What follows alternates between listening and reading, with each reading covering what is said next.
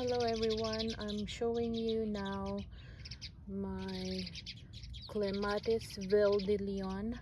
It's spring now, 2025 April, and this is how is it now. So I did spread them today because I noticed that these clematis, they go vertically. So the issue here is if you don't spread them like what I did before, they just grow in one area, and then that's what I noticed. And so when they flower, the flower is clustered, but they don't open as wide as they should be, so that we can see those beautiful blooms. Some of the blooms, they are under another of bloom. So today I decided to spread the old king, and this is what is it look like now. See, look at this node here. See, there's new that's coming up and it's going up. So that's what I mean. That's why I decided to spread it. And this is how it looked like.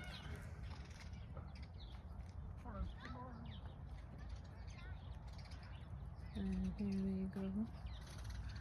That too I bended. It's easily bend. There we go.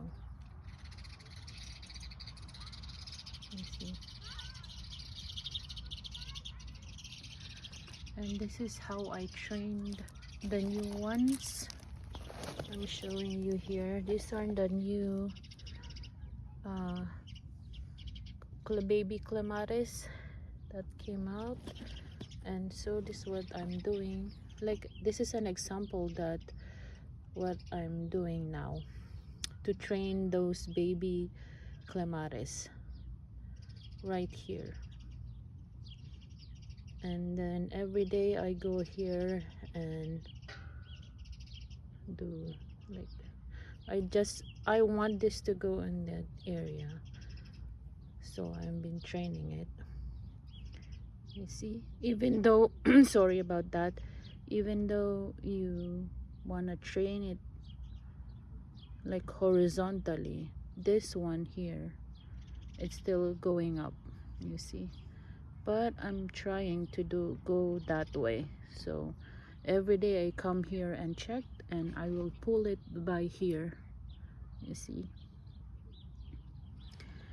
that is I'm going to train that. And some of these too, I'm going to train them with these canes, old canes that I already spread. So that's what I'm going to do. I'm just waiting for them to grow a little bit, the length, so that it's easier to bend that way, or any sides that I want them to go.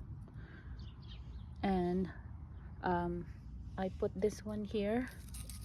It's for the fertilizer that I'm going to use. I'm using a slow release fertilizer, so I just want I want the fertilizers to stay in here, so that when I put in the water, they are just in there, not spreading everywhere or wash out. So that's the reason why I put this here. You can make a bigger one if you want, but this is what I have before when I was planting this. So this is the one that I use.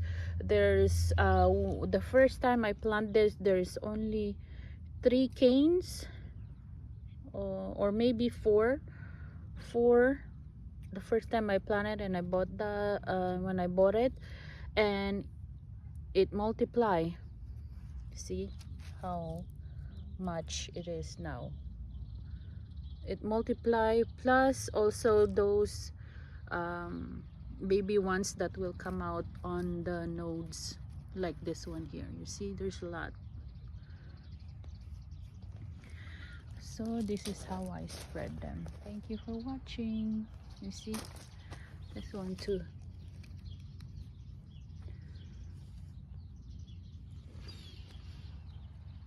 This is just a division.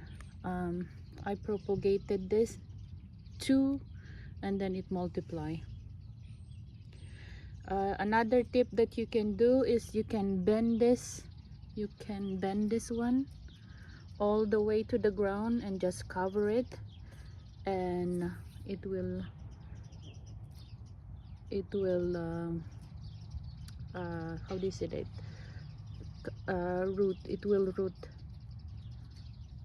So that's the easier way to propagate as well.